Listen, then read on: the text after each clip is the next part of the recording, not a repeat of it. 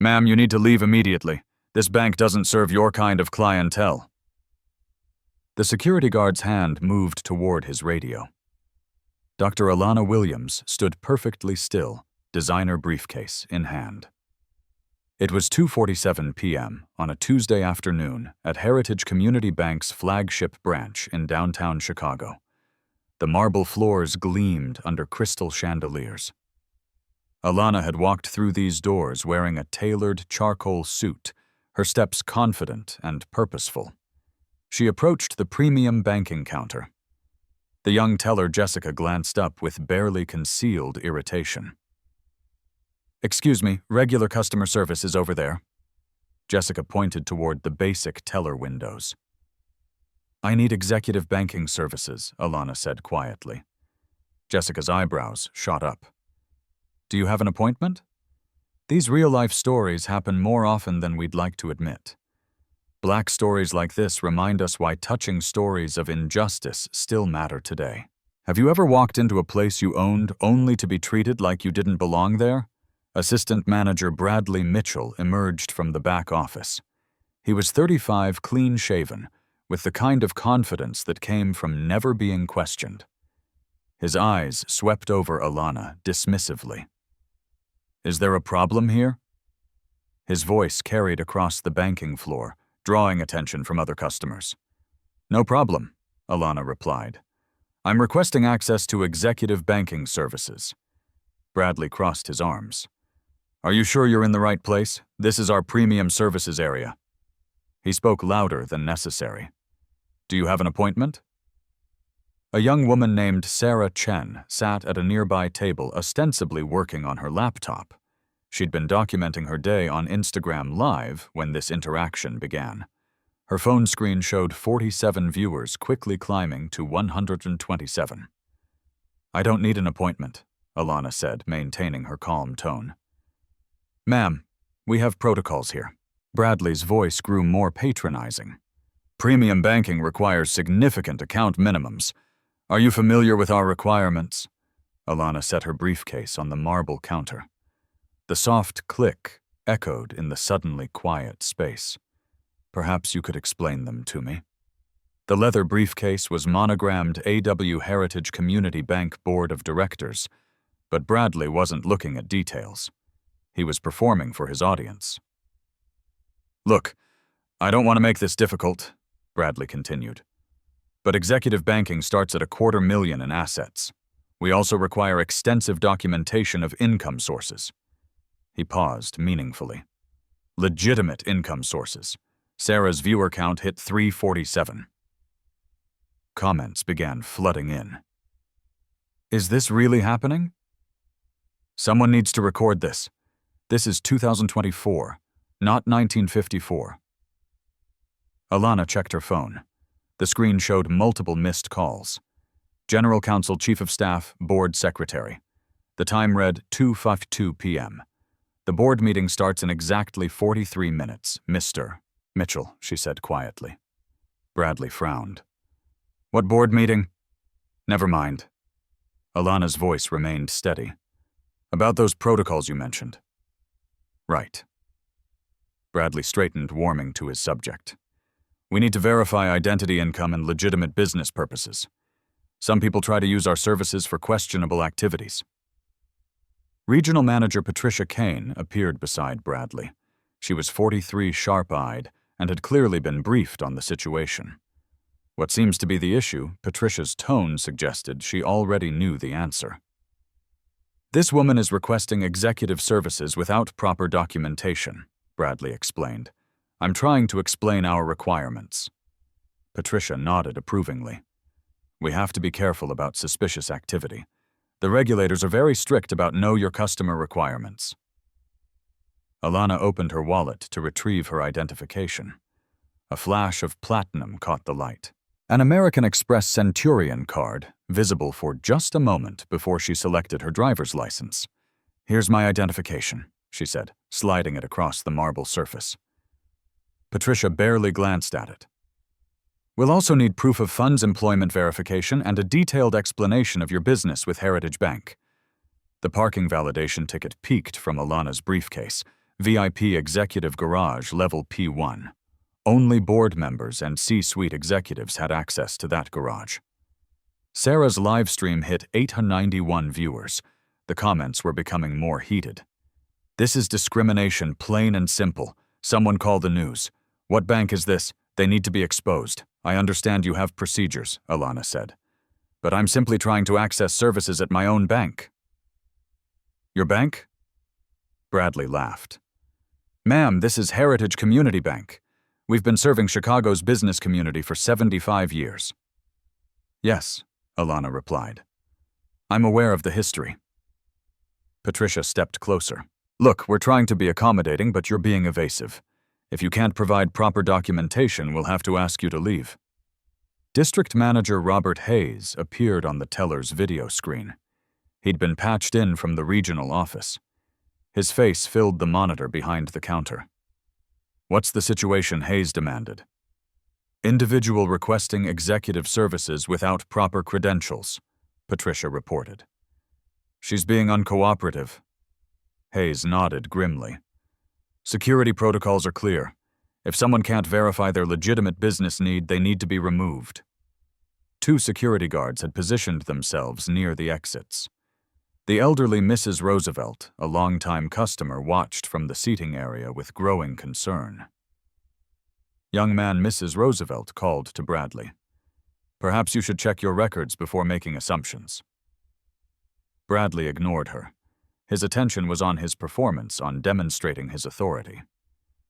"Ma'am," he addressed Alana, "you have 5 minutes to provide proper documentation, or we'll have to ask you to leave the premises." Alana's phone buzzed with a text message. She glanced at it briefly, then typed a quick response. Her fingers moved efficiently across the screen. "Code 7 initiate immediately." 5 minutes, she repeated thoughtfully. That should be sufficient. Sarah's viewer count reached 147. Someone had shared the stream link, and it was spreading across social media platforms. The hashtag Heritage Bank was beginning to trend locally. The tension in the marble-floored lobby was palpable. Other customers had stopped their transactions to watch. Some were clearly uncomfortable. Others seemed entertained by the drama. Alana stood perfectly still. Her briefcase positioned precisely on the counter. Her breathing was controlled. Her posture relaxed. She checked her phone again, 2:58 p.m.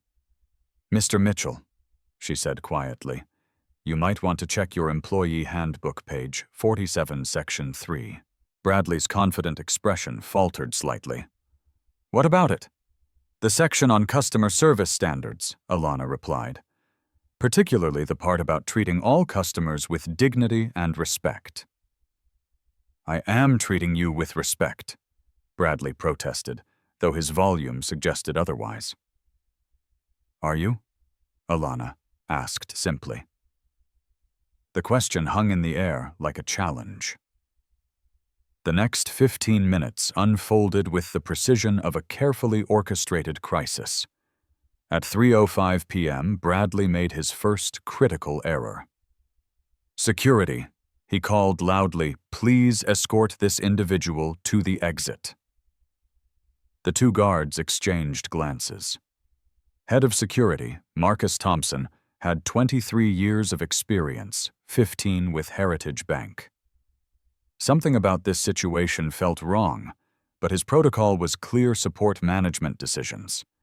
Sarah's Instagram Live had exploded to 247 viewers. Comments scrolled past faster than anyone could read. "This is insane. Someone knows who she is. Check the briefcase. That's a board member briefcase. Why isn't anyone helping her?" Mrs. Roosevelt stood from her chair. At 78, she'd banked with Heritage for 4 decades. Her husband had been on the original board of directors. "Excuse me," she called across the lobby. "This is not how we treat customers." Patricia Kane spun around. "Ma'am, please don't interfere. This is a security matter." "Security matter." Mrs. Roosevelt's voice carried the authority of someone who'd seen decades of change. "That young woman has done nothing but ask for service." Bradley was now fully committed to his performance. The audience of customers and staff fed his conviction that he was protecting the bank's interests. Mrs. Roosevelt, I appreciate your concern, but we have procedures for a reason. He turned back to Alana. Ma'am, I'm going to count to 10. If you don't provide proper documentation, security will remove you. Alana opened her briefcase. The soft leather hinges made no sound, but every eye in the lobby tracked the movement. Inside, organized with military precision, were documents, a tablet, and what appeared to be access cards. She withdrew a business card and placed it on the marble counter. Bradley glanced at it dismissively. Anyone can have business cards printed. The card read, Dr. Alana Williams, Chief Executive Officer, Heritage Community Bank. Patricia leaned over to look. Her face went pale. That's impossible, she whispered. Is it? Alana asked quietly. The time was 3:12 p.m. Sarah's viewer count hit 3,591. Someone in the comments had started researching. OMG, guys, Google Dr. Alana Williams Heritage Bank. She's the actual CEO.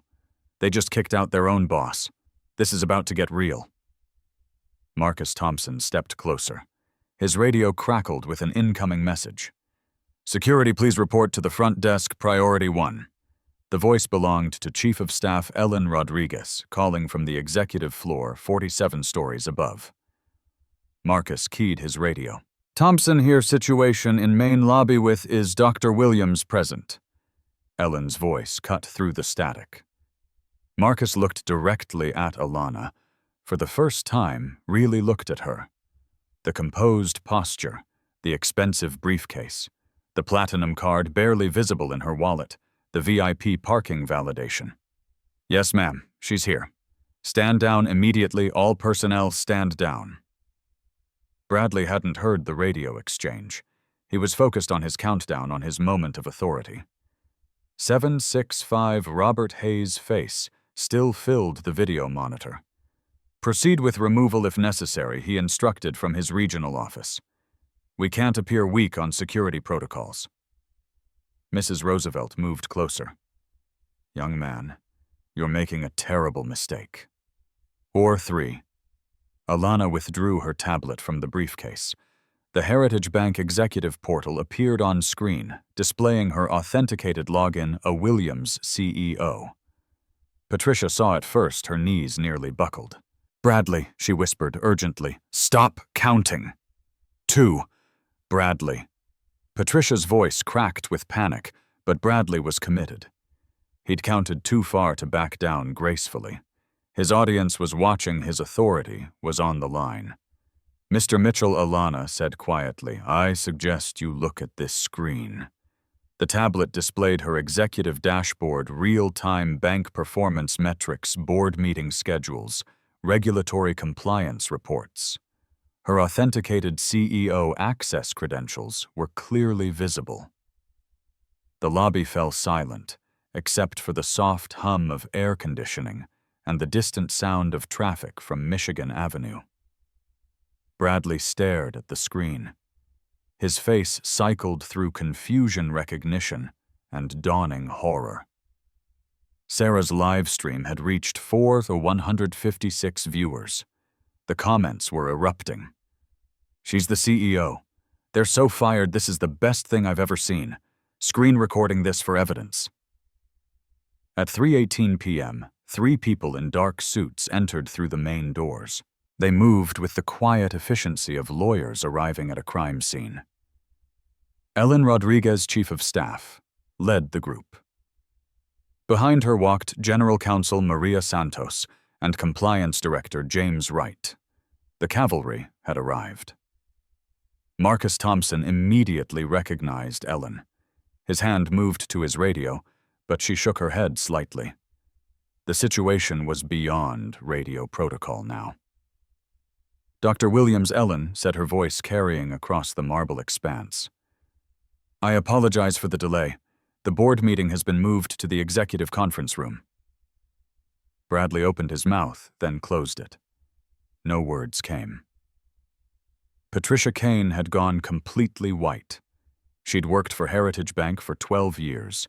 She knew exactly who Ellen Rodriguez was, and she knew that Ellen only appeared for the most serious situations. "There's been a misunderstanding," Patricia began weakly. "Has there Ellen's voice could have cut glass?" Mrs. Roosevelt walked over to Alana. "My dear, I'm so sorry. This is not the Heritage Bank I've known for 40 years. "Thank you, Mrs. Roosevelt," Alana replied warmly. "Your words mean more than you know." The elderly woman looked directly at Bradley. "Young man, my late husband helped found this bank. He's probably rolling in his grave right now."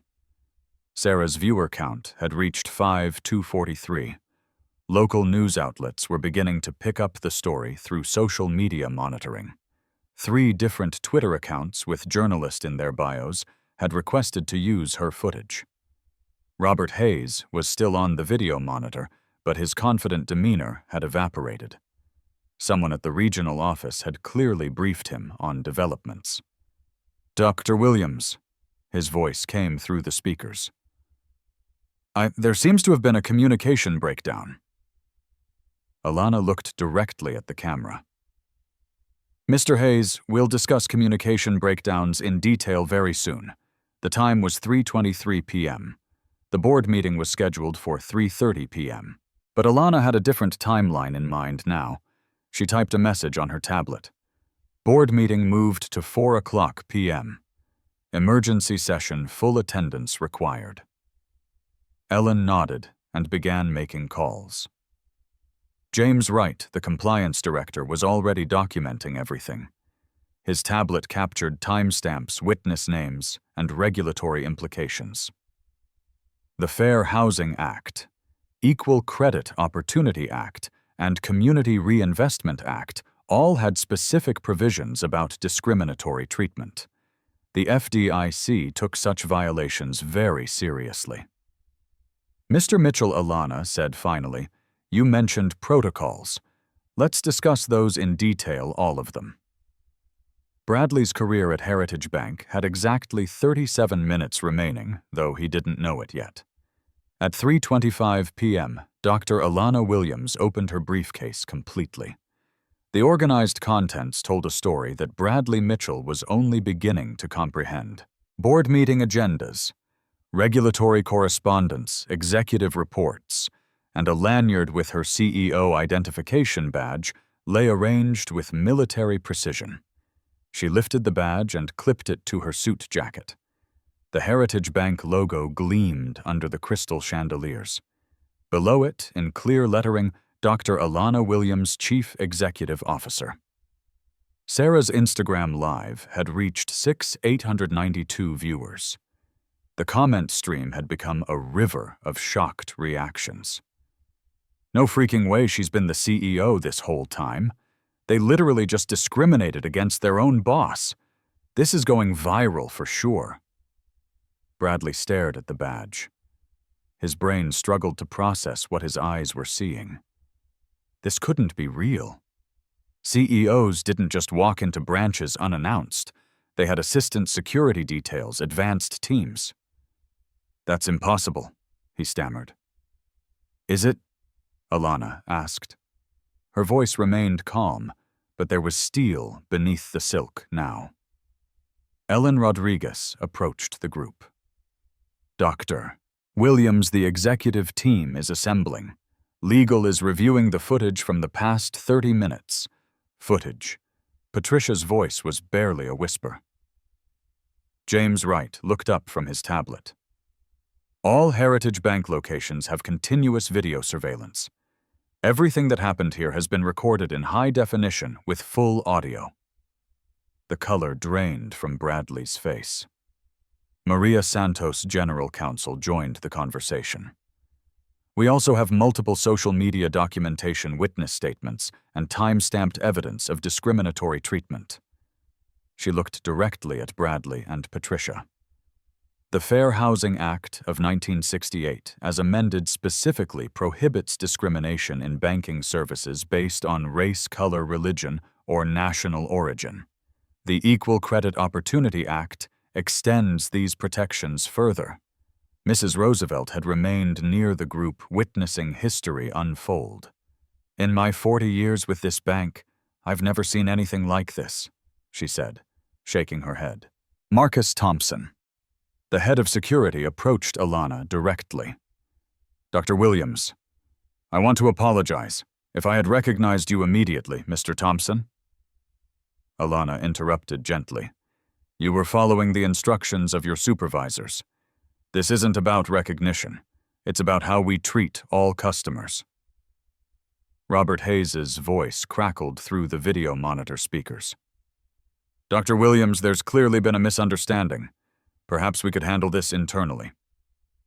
"Mr. Hayes." Alana's voice cut through his attempt at damage control. "We'll be discussing your role in this situation. I suggest you review the video footage of your instructions to proceed with removal if necessary." The regional office had gone silent.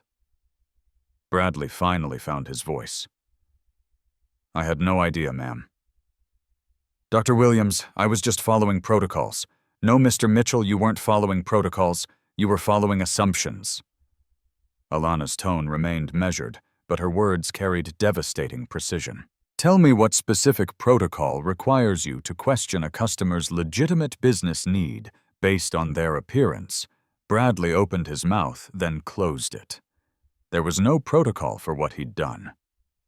"What policy allows you to demand proof of legitimate income sources from someone requesting basic banking services?" Silence.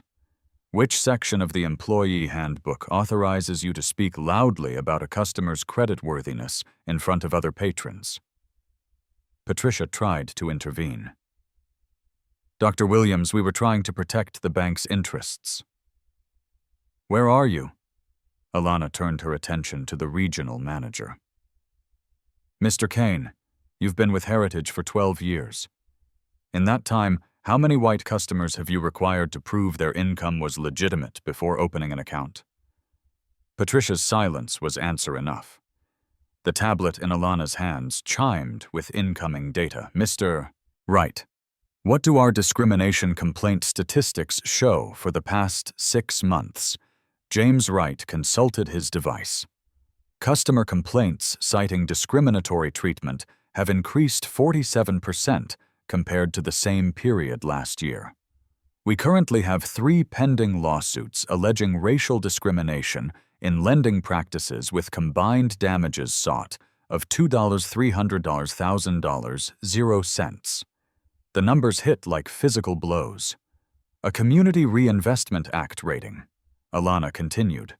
"Under review, the FDIC has noted areas of concern regarding equitable service delivery. Sarah's viewer count had crossed 8,000. Someone had shared the stream link on Twitter, where Harita's bank was trending nationally. Local news outlets were dispatching crews. Ellen Rodriguez's phone buzzed with urgent messages. Dr. Williams, Channel 7 News is requesting a statement. The Tribune wants an interview. Social media mentions are spiking across all platforms. At 3:32 p.m., Alana made a decision that would reshape Heritage Bank's future. "Mr. Rodriguez, please contact all board members. Emergency session at 4 a.m., clock p.m., full attendance required." She paused, looking around the marble lobby. "And contact our crisis management team. We're going to need them." She turned to Maria Santos.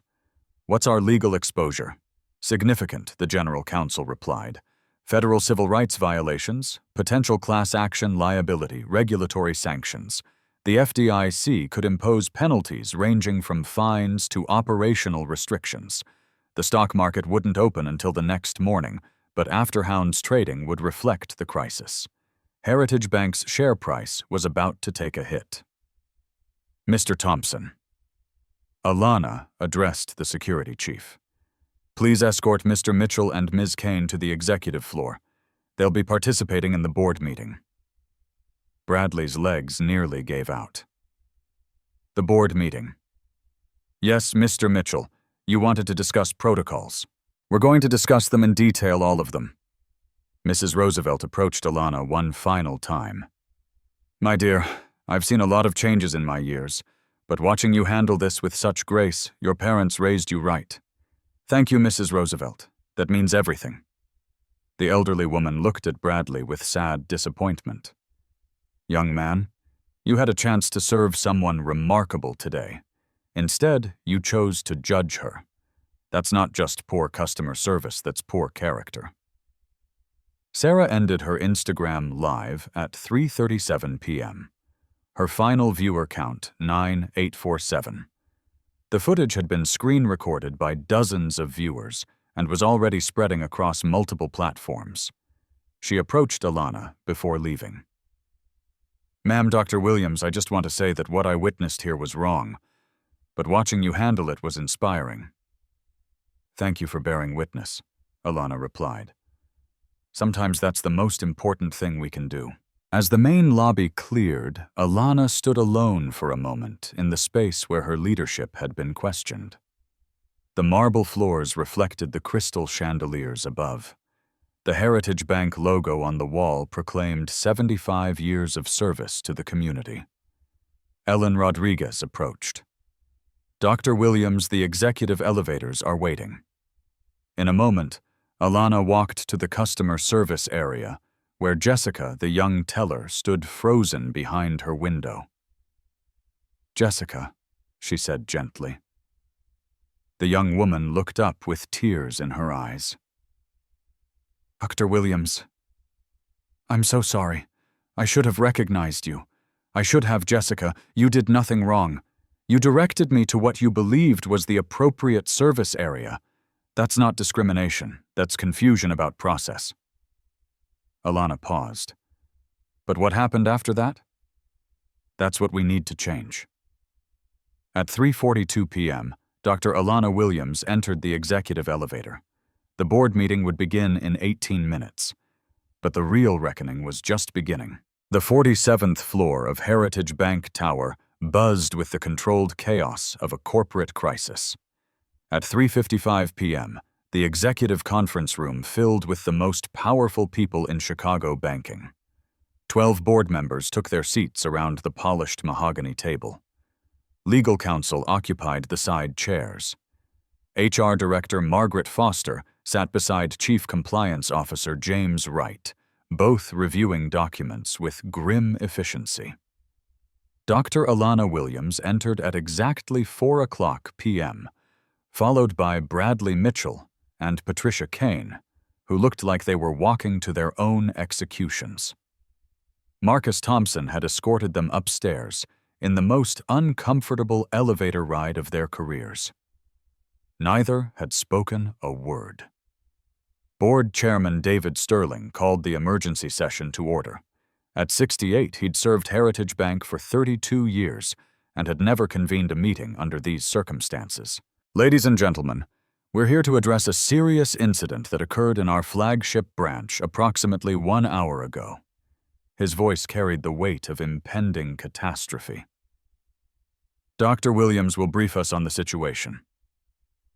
Alana activated the room's presentation system. The first slide displayed real-time social media analytics. Instagram Live viewers, 9,847 peak concurrent.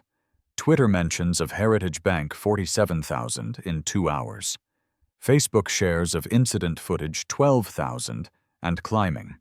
YouTube uploads of screen recordings 23 different channels. The numbers speak for themselves, she began. What started as customer service has become a public relations nightmare. Board member Catherine Liu, who headed the Risk Management Committee, leaned forward. What exactly happened? The main screen switched to security footage from the bank lobby. Timestamp 2:47 p.m. They watched in silence as events unfolded. Alana's calm professionalism, Bradley's escalating aggression, Patricia's supportive discrimination, the moment when customers began recording. When the footage ended, the conference room remained silent for 30 seconds. Jesus Christ, whispered board member Robert Chen. The legal implications are severe. Maria Santos began her analysis. We have clear documentation of discriminatory treatment in violation of multiple federal statutes. She displayed a comprehensive legal breakdown. Federal violations, Fair Housing Act of 1968 as amended. Equal Credit Opportunity Act of 1974. Community Reinvestment Act of 1977. Potential penalties. FDIC fines, $50,000 to $500,000 per violation. Civil lawsuits, unlimited damages, regulatory sanctions, operating restrictions, or license suspension, current financial exposure. Existing discrimination lawsuits, $300,000 in claim damages. New potential class action, $1,500, $0 million estimated exposure. Crisis management costs $340,000 for immediate response. Stock price impact projected 8 to 12% decline at market open. Board member Jennifer Walsh, who chaired the audit committee, addressed Bradley directly.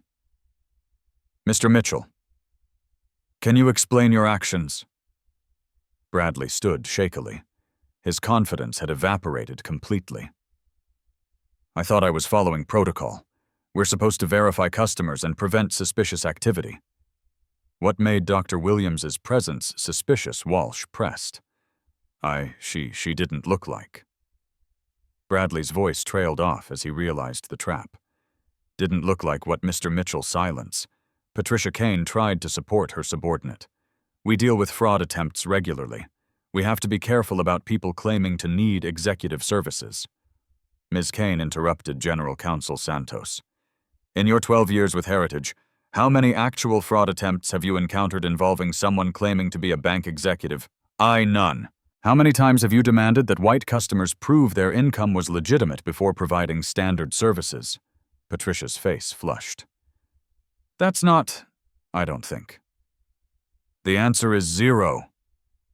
Santos continued mercilessly. We have your complete service record. You've never once questioned the legitimacy of a white customer's income source. The data was devastating. James Wright presented the statistical analysis.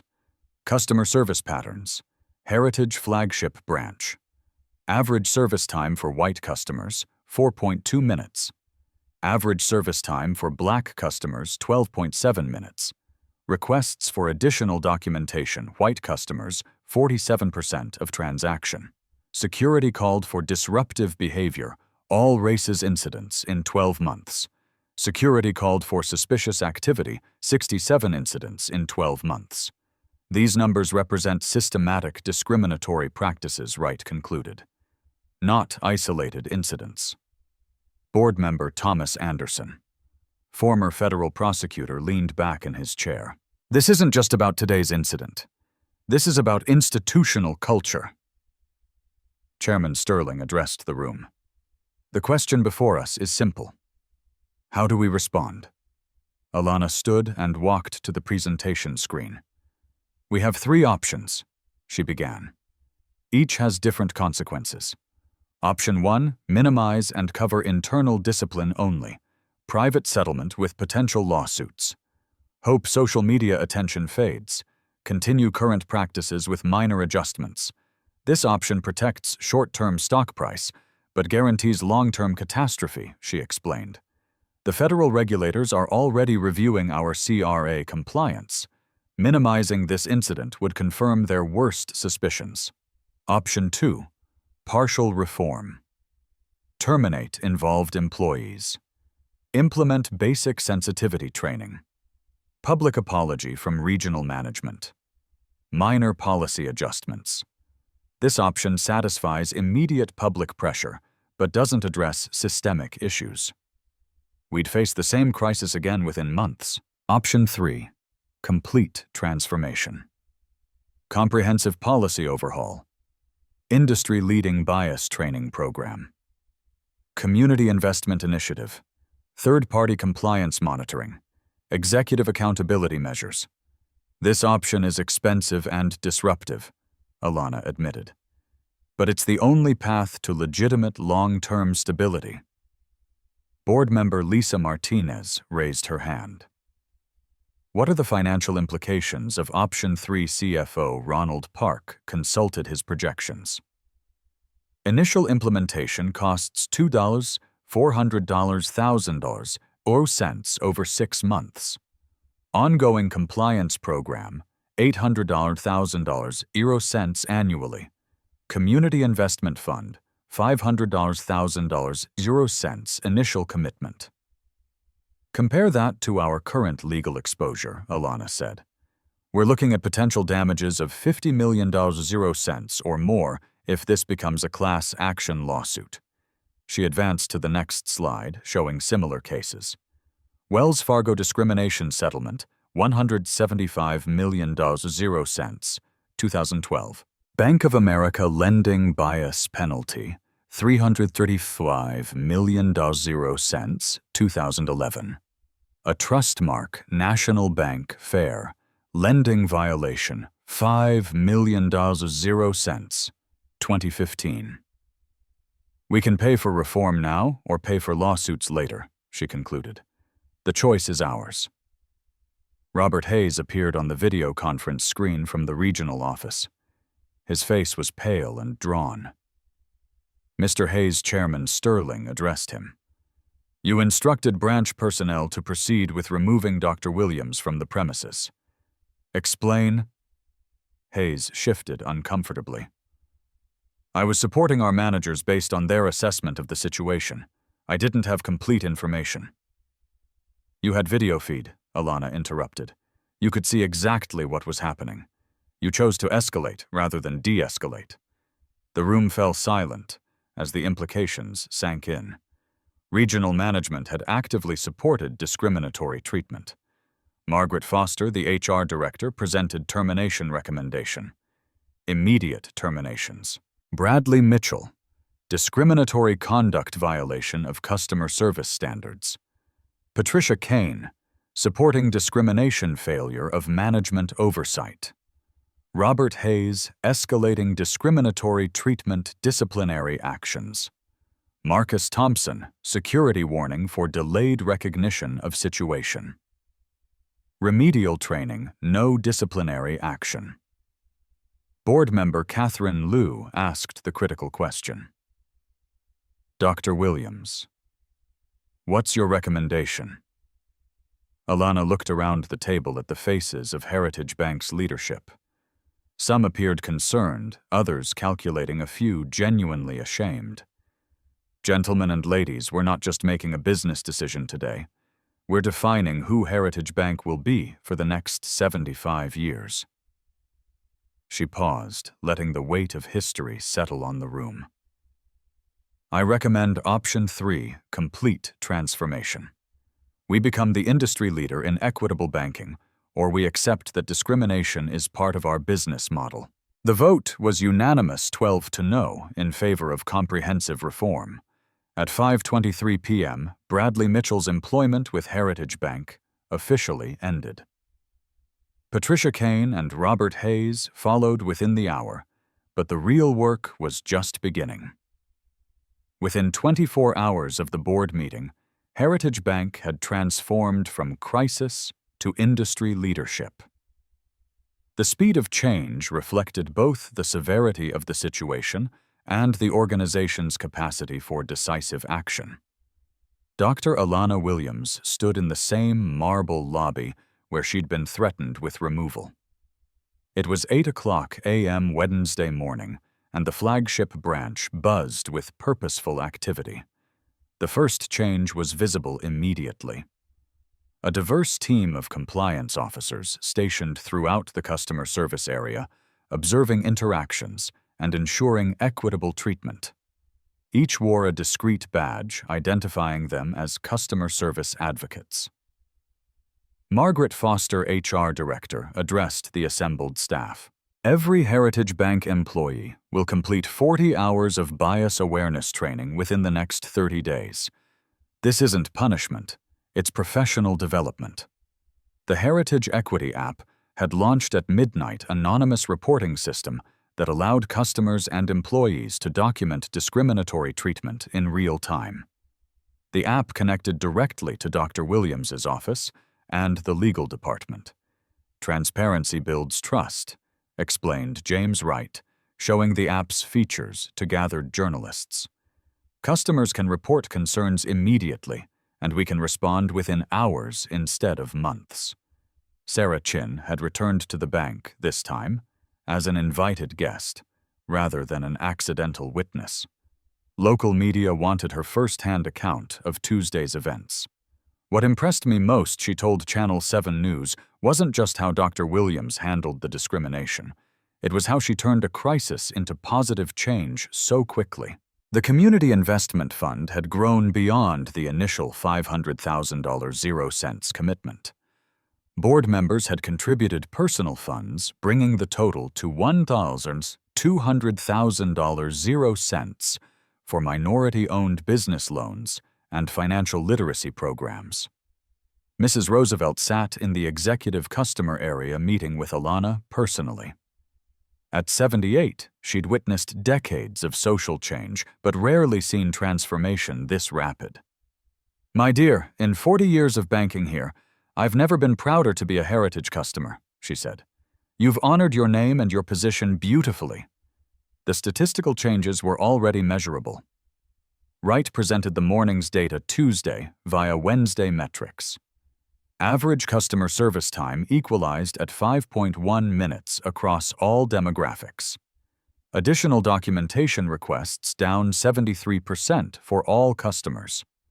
Customer satisfaction scores up 89% from previous week. Employee confidence ratings up 45% after emergency training sessions. The new policies went far beyond federal requirements. Heritage Bank equity standards, quarterly bias audits by independent third parties. Customer service times monitored and reported monthly. Executive compensation tied to diversity and inclusion metrics. Mandatory community advisory board with rotating membership.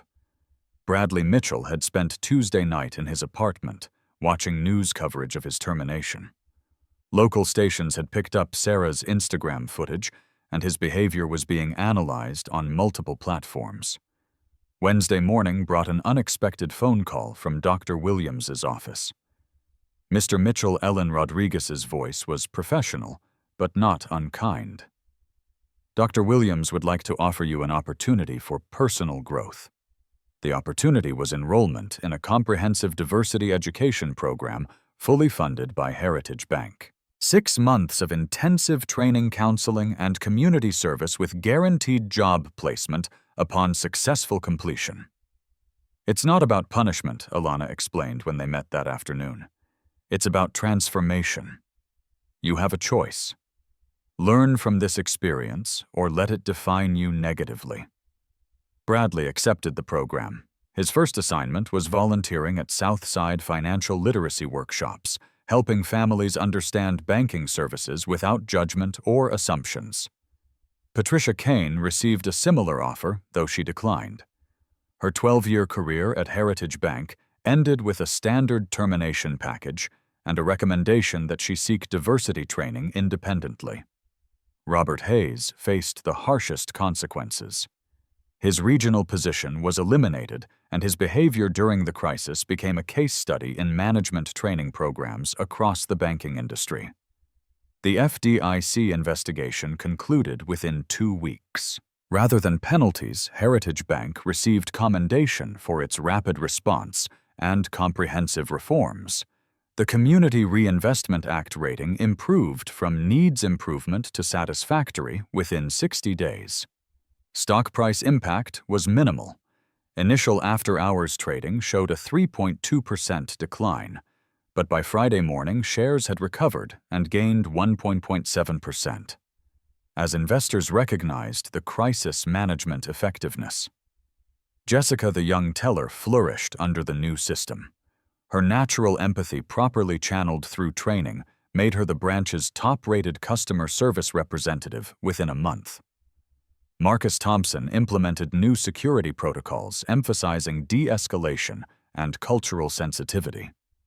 His 23 years of experience combined with enhanced training made him a model for security professionals throughout the banking industry. The 3 pending discrimination lawsuits were settled within 6 weeks. Plaintiffs praised Heritage Bank's transformative response, and their attorney publicly commended the organization's commitment to change. Dr. Williams established monthly community forums where customers could discuss banking experiences directly with executive leadership. The first session drew over 200 attendees, including many who'd witnessed Tuesday's events. Change doesn't happen in boardrooms, she told the gathered community members. It happens when we commit to treating every person with dignity, regardless of assumptions or appearances. The heritage transformation became a Harvard Business School case study within 3 months. Dr. Williams was invited to speak at banking industry conferences across the nation, sharing the model for rapid organizational change. But the most meaningful change was quieter, more personal.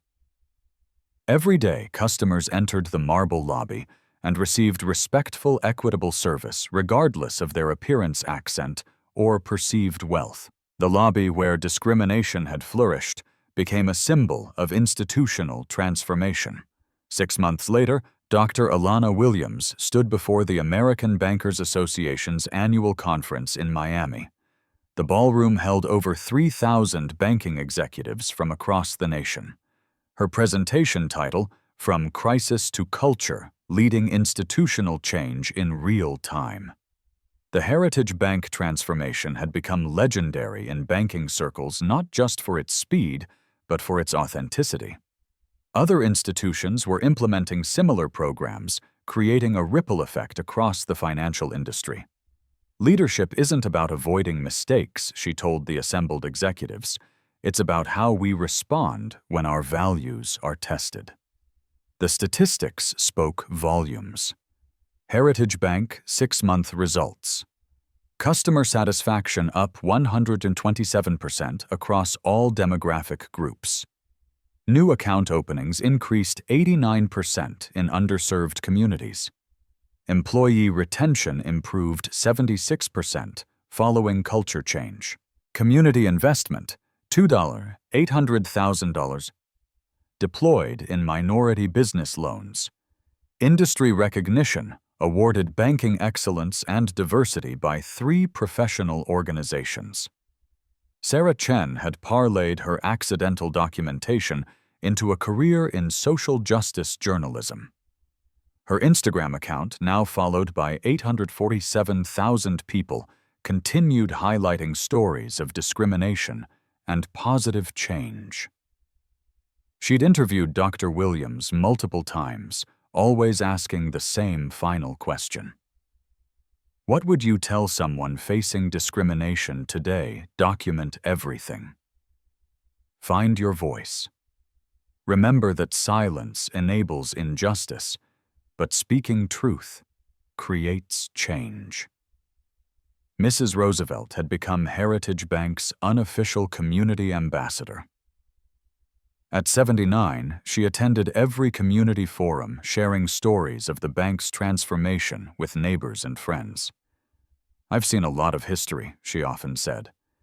But watching one person's courage change an entire institution, that's something special.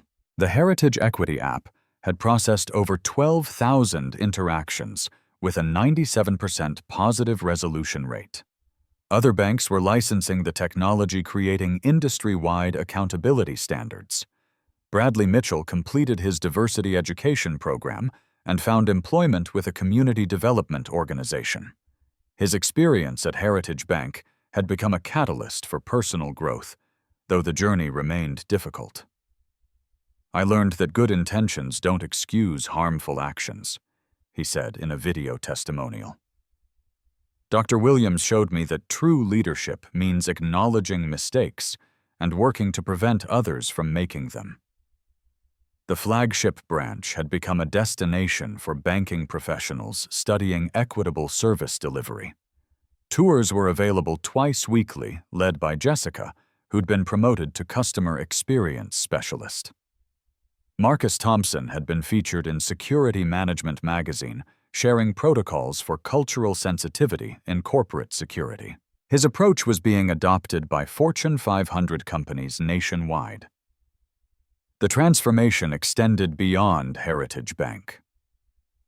Industry-wide changes included federal banking regulators adopting Heritage's bias audit standards, 20 major banks implementing similar equity apps, Banking Association developing mandatory diversity training requirements, community investment funds increasing by 47 million cents across participating institution. Dr. Williams's influence reached beyond banking.